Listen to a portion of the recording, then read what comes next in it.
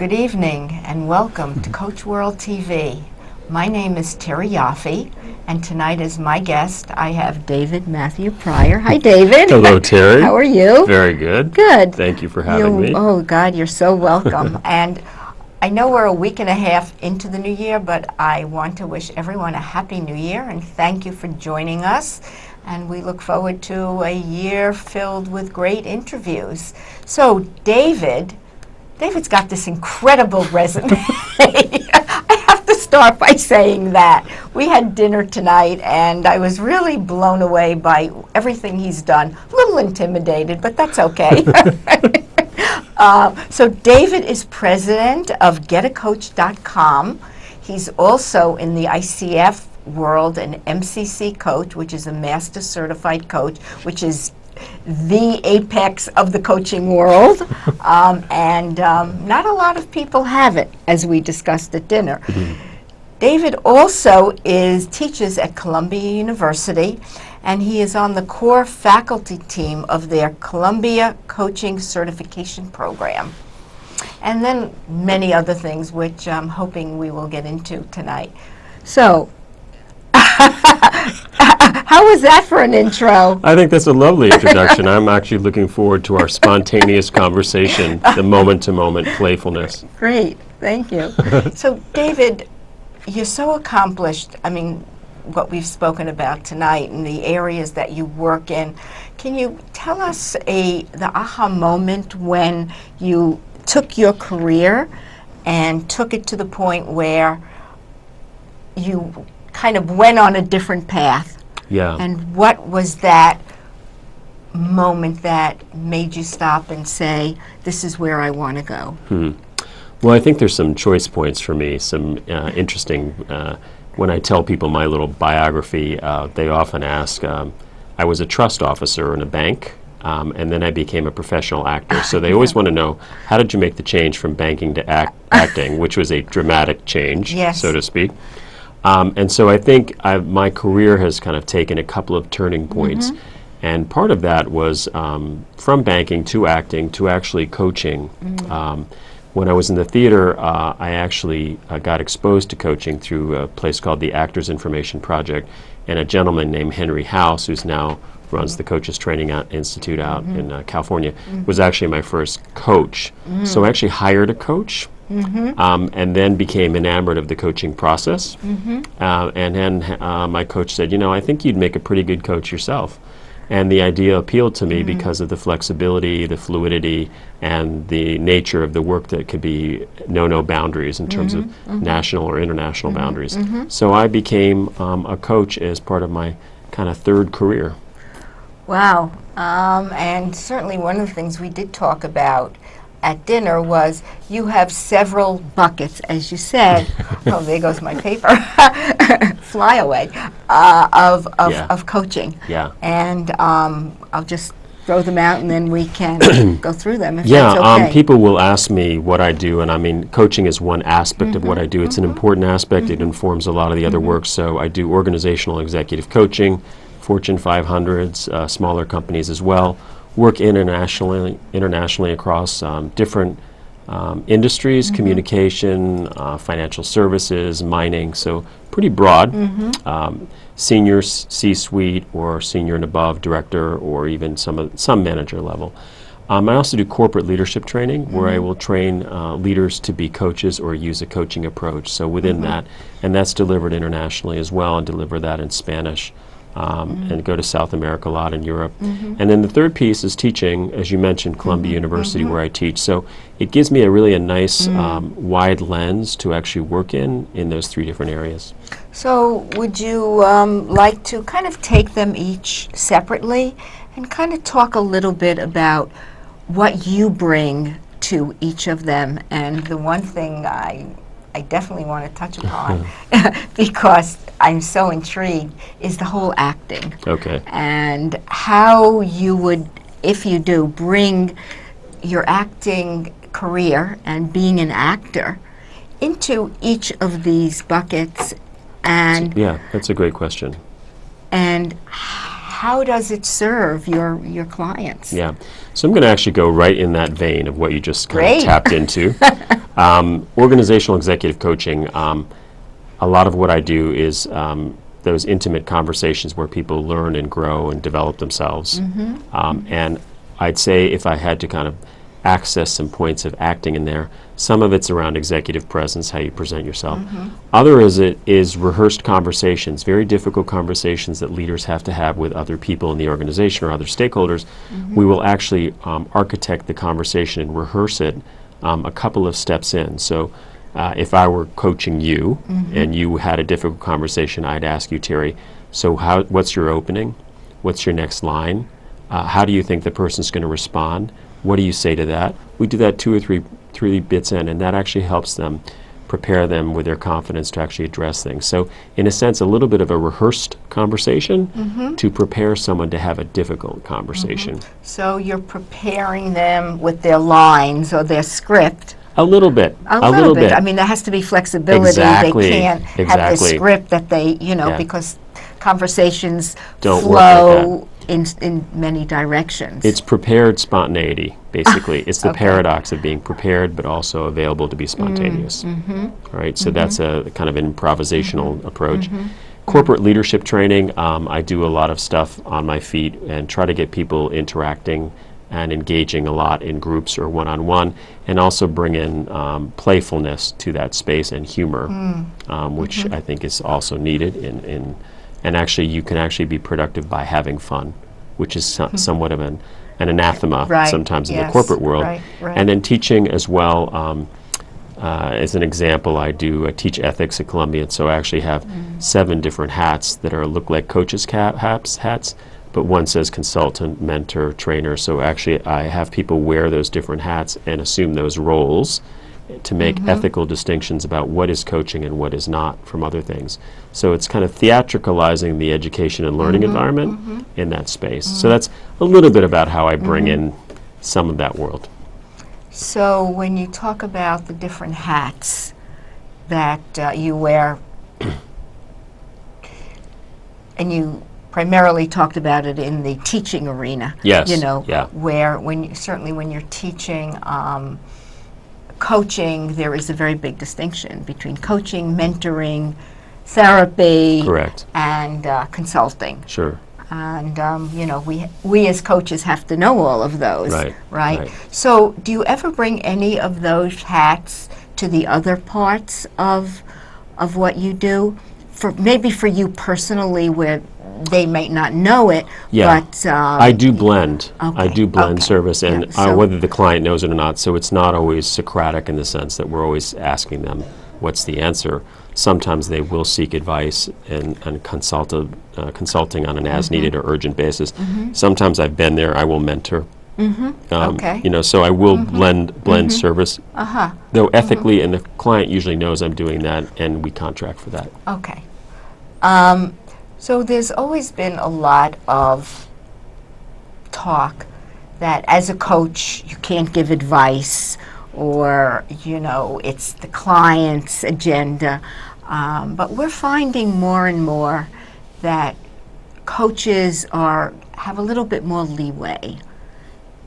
And can you talk about that a little bit, especially when you come to the organizational and the corporate training? Yeah, I'd say that what coaching schools teach is no advice, in terms of pure coaching, coaching puro, like Spanish say.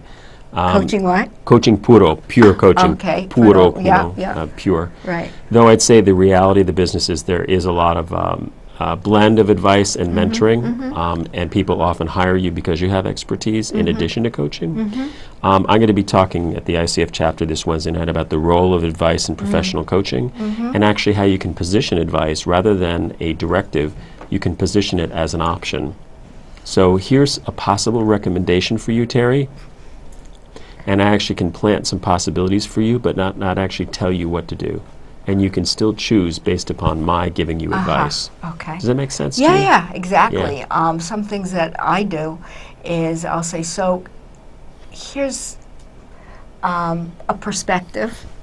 Yeah. Or, so here's my hunch. Right. What do you think? Exactly. But, never would I tell somebody, well, if they want to jump off a bridge, please go and jump off the bridge. Right. To the extreme. But so yeah, it's healthy. not, it's healthy, yeah. but it's people rarely in the organizational executive space will only hire you for just coaching. Mm-hmm. They will hire you because you are resourcing them. Mm-hmm. You're also helping Resource. them Mm-hmm. As a personal learning and development specialist. Mm-hmm. Mm-hmm. So it's often sought that you would actually transfer some knowledge and resource to them, and it's expected. Yeah, that's. Yeah.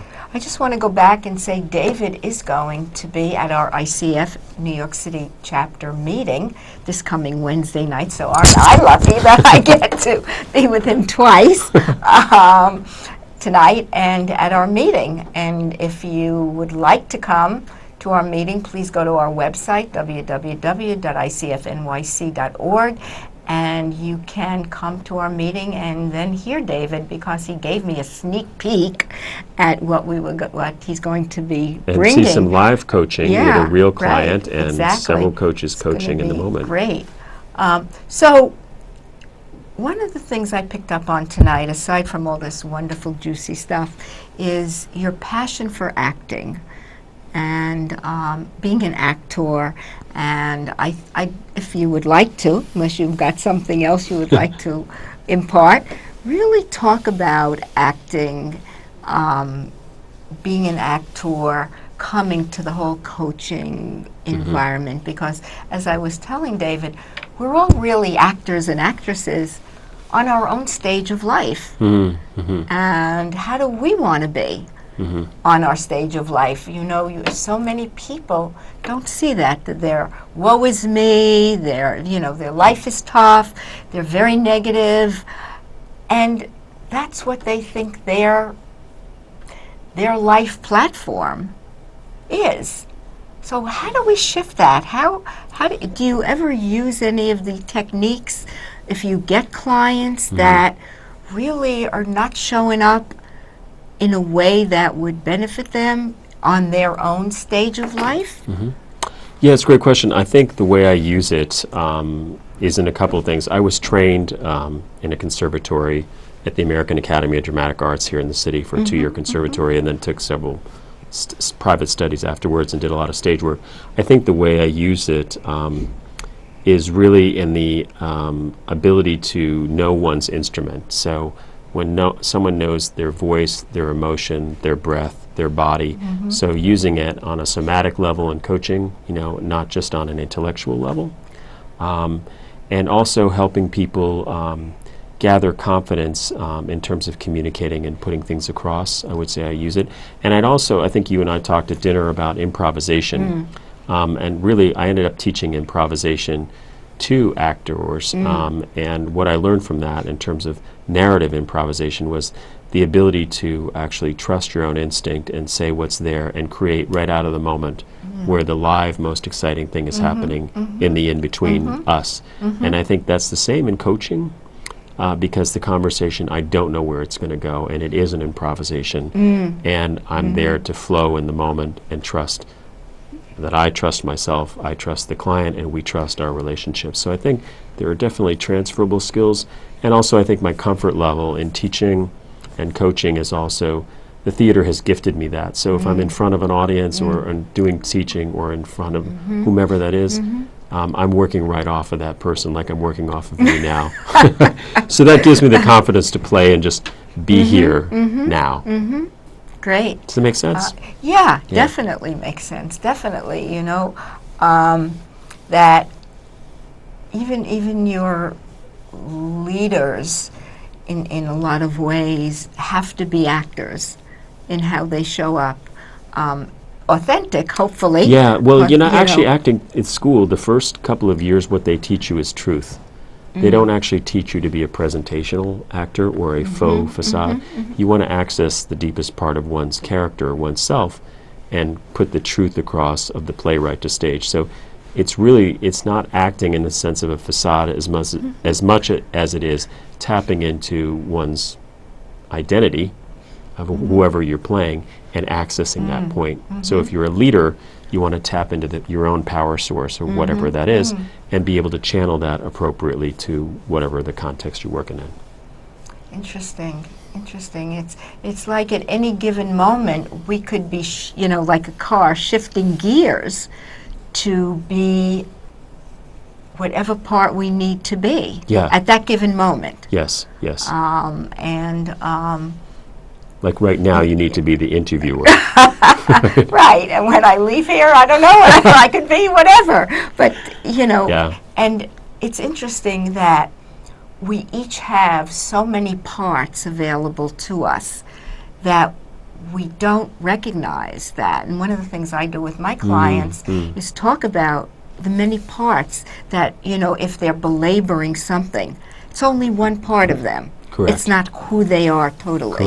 Correct. And, we all have so many parts in us that most of us don't play all the parts. We go for that one default, if you will, and that's what we think we have to show up as. I want to hit upon play for a second, if we have a moment. We have lots of moments. So we'll play. One of the things you asked me about was actually how am I incorporating this work into my, acting and improvisation, really more than anything. And I taught improv actors who were improvisers to do narrative improv, and a lot of times they thought that improvisation was about talking and filling the space with a lot of talk. So there's a technique, 3-word sentences where you actually do a scene and you do it in 3 words, no more, no less. All right.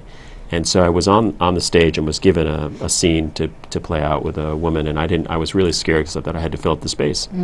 So we started the scene. She talked, and she was on a couch, and she was just going, I went to the hairdressers, I had to do this, I'm thinking about this, I got to get my nails done, but I got to get exercises, and I'm worried about my kids. And she just started talking. I didn't know what I was supposed to do because I had come in this. And she talked for about 3 minutes, 4 minutes, and then she stopped. And I said, yes, dear, yes. And then she went on, da-da-da-da-da-da-da-da-da. And I didn't have to say anything. I already know who I was, what the relationship was. It was magic. So I took that same technique and applied it to coaching for coaches who talk too much, and did 3-word coaching. So the client can talk as much as they want. The coach only uses 3 words to communicate any version. Tell me more. What's the goal? I get it. You are right. And what happens is less becomes more. I get to the essence without a lot of words, what I really need to tell you and what I really need to communicate. And what happens out of that is I see play and life come from the coach and the client. So that's an example of actually taking a technique and applying it to coaching for play. I'm blown away, actually. Maybe speechless. And it's a lot of fun. I also took that, if we have a second, I took that. Sure. I was at the Applied Improvisation Conference in Berlin where I was speaking and demonstrating 3-word coaching in front of an audience.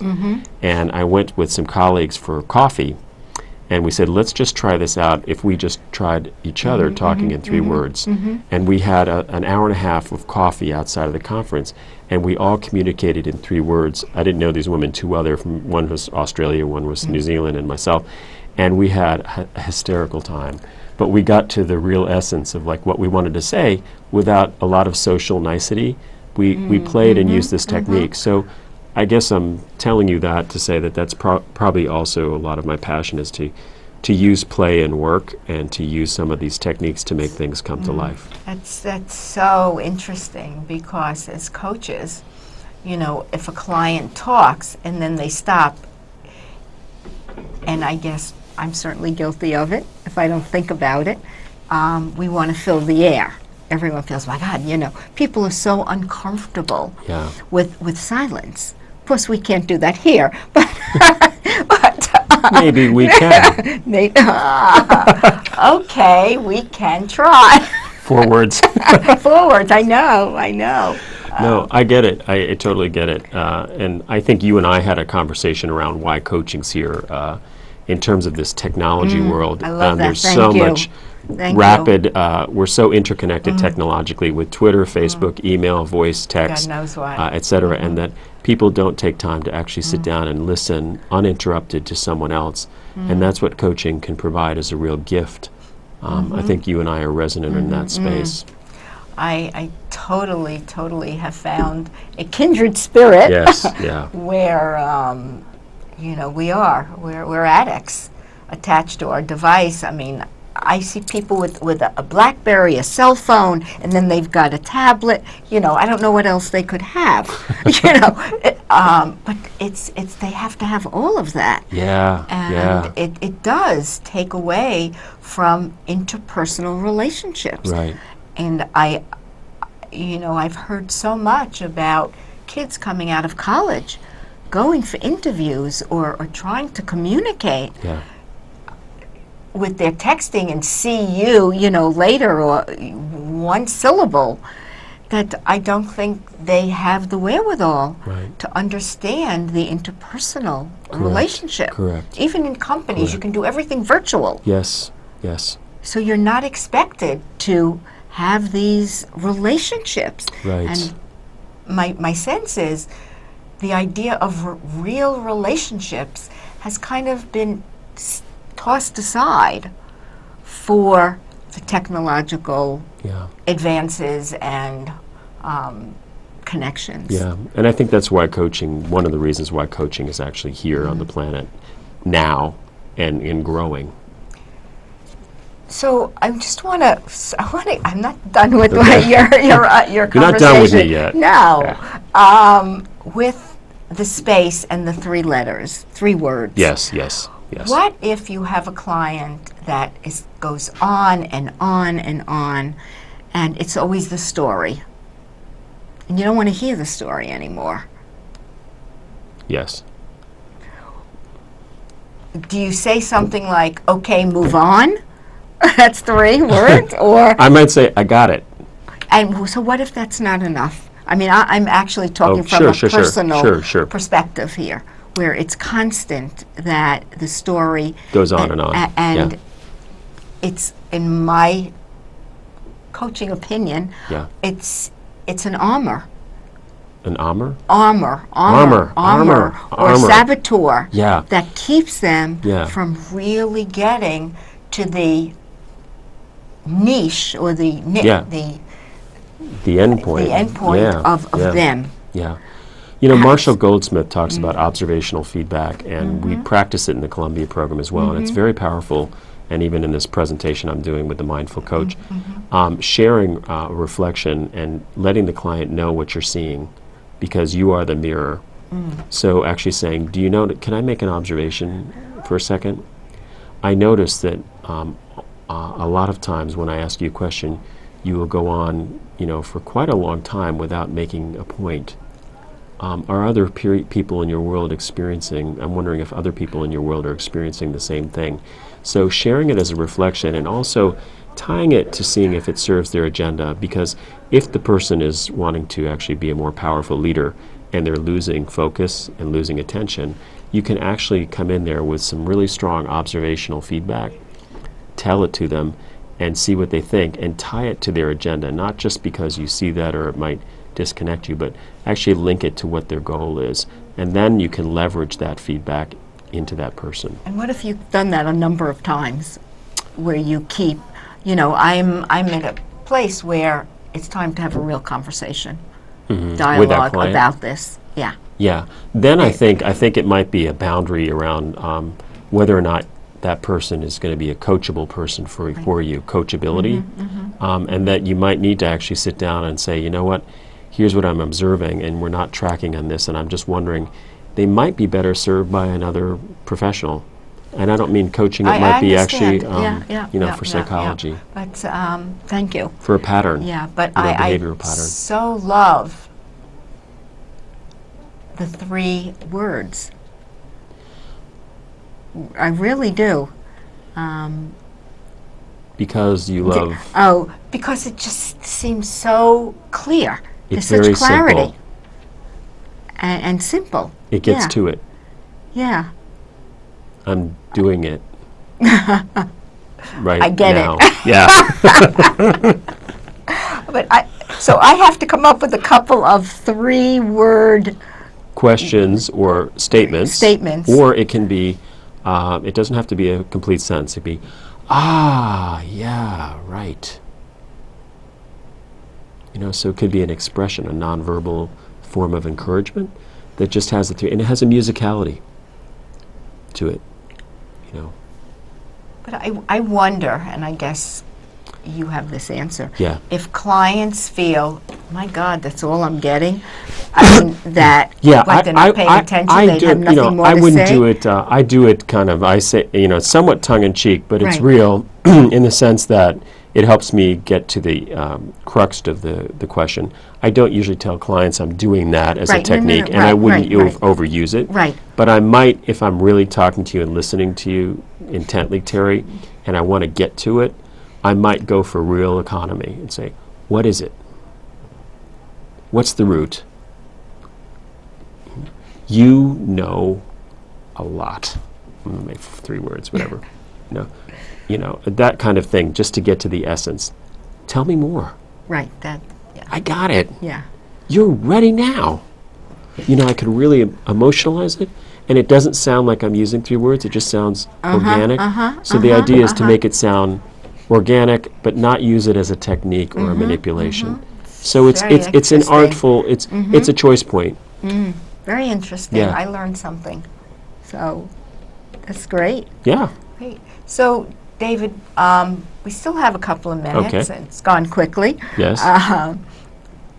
Would you like to give your email, not your email, your website, not your email, sorry, your website? Yeah, well, the Just- website is nice. It's getacoach.com, like it sounds. There's some nice film on there, some nice video. There's actually an animation, the voiceover that I did on the one-word coach, which you should check out. It's really funny. And there's some other stuff there on a blog on coaching mastery for people to weigh in on, as well as some other stuff that is fun. It's I get a lot of good positive vibe on the site. It's very energetic. I'm sure.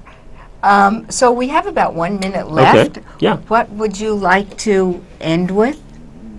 Any of highlights? wisdom? Any words of wisdom? Highlights that you'd like to leave us with? No, I don't have anything very wise to say right now. Not even in 3 words? Yeah. Thank you all. No, I've just really enjoyed coming here on the interview with you and helping me kind of play in that space. And I hope people maybe get some ideas for themselves from our time together. Well, this is great. It certainly is. And I think for me, if I had to have a takeaway, it was that 3-word deal of how to do that. You got it. Yeah, you got it. So with very few words, I'd like to say good night and thank you so much for joining us. Thank you. Thank you.